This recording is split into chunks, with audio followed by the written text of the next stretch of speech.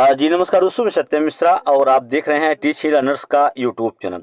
दोस्तों, शिक्षकों के स्थानांतरण पदस्थापन की जो नीति बनी है उसको लेके यहाँ पे शिक्षा मंत्री के द्वारा भी कुछ बयान जो है देखने के लिए मिला है। वहीं जो एसीएस या सिद्धार्थ हैं उन्होंने कुछ ट्रांसफ़र और जो है शिक्षकों की जो पॉलिसी है ट्रांसफ़र और पोस्टिंग को लेके उन्होंने कुछ यहाँ पे बयान दिया है। तो दोनों के बारे में यहाँ पे चर्चा करेंगे। उससे पहले अगर आप मेरे चैनल पर नए हैं, चैनल को पहली बार विजिट करें तो सब्सक्राइब दोस्तों जरूर कर लीजिएगा। यहाँ पे सबसे पहले हम देखेंगे कि शिक्षा मंत्री जो हैं उनका बयान क्या है स्थानांतरण को लेकर। बिल्कुल भैया, यहाँ पे कहा गया कि स्थानांतरण के लिए शिक्षकों को दी जाएगी राहत। बिल्कुल भैया, मंत्री जी का बयान है कि शिक्षकों को स्थानांतरण के लिए यहाँ पे जो है राहत जो है दी जाएगी।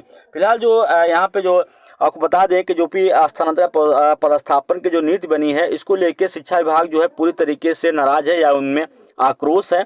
और उनका कहना है कि 25 नवंबर से हम मंत्री या जो भी विधायक है उनके आवास का जो है घेराव करेंगे।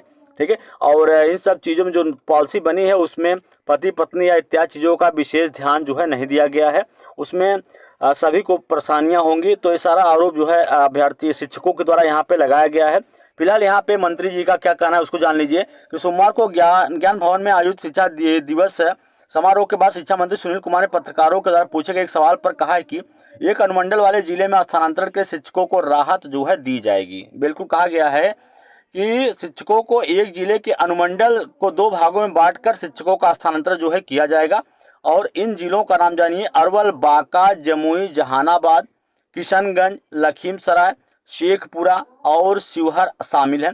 शिक्षक स्थानांतरण पदस्थापन नियमावली के अनुसार पुरुष शिक्षकों का अपने गृह अनुमंडल में स्थानांतरण नहीं हो सकता है।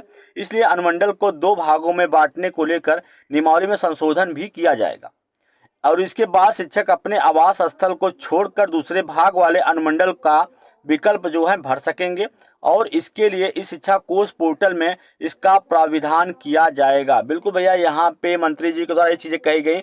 वहीं अगर हम आपको बता दें कि एसीएस सिद्धार्थ के द्वारा क्या कुछ कहा गया स्थानांतरण या पदस्थापन की नीति को लेके, तो भैया उनको भी देख लीजिए यहाँ पे। बिल्कुल, चलिए उनको भी दिखाते हैं यहाँ पे उनके द्वारा क्या कुछ चीज़ें जो है कही गई यहाँ पे। तो जान लीजिए कि ट्रांसफर पॉलिसी पर शिक्षकों के जो है बात मान ली। एसीएस या सिद्धार्थ का बयान ऐसा है कि अगर बिहार सरकार की शिक्षा विभाग में शिक्षकों की ट्रांसफर नीति का शिक्षक विरोध जो है कर रहे हैं। शिक्षक न्यायालय में जाने की तैयारी कर रहे हैं और सरकार को इसकी चेतावनी भी दे दिए हैं।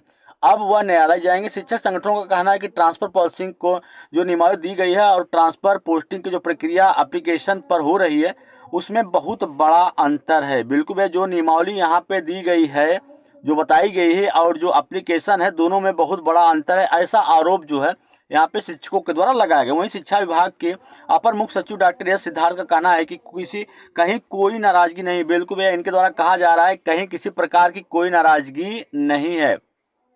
जबकि एक तरफ देखने के लिए मिल रहा है शिक्षक जो है संघ या शिक्षक जो है पूरी तरीके से नाराज है। वहीं एसीएस सिद्धार्थ का बड़ा बयान है कि कोई शिक्षक जो है नाराज नहीं है।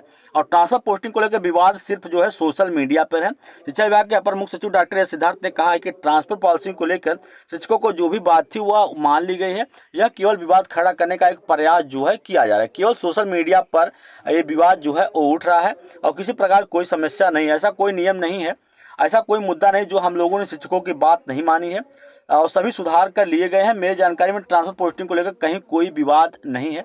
और यह सिद्धार्थ ने 8 जिलों जहां सिर्फ एक अनुमंडल है वहां शिक्षकों की पोस्टिंग को लेकर उन्होंने कोई जवाब नहीं दिया। वहीं शिक्षा मंत्री सुनील कुमार ने कहा है कि हम लोगों ने उदारता पूर्वक शिक्षा नीति लाई है और ट्रांसफर पॉलिसी में सभी शिक्षकों को उनके ही जिले में रखा जा रहा है। तो दोस्तों, ये बयान रहा देखने के लिए।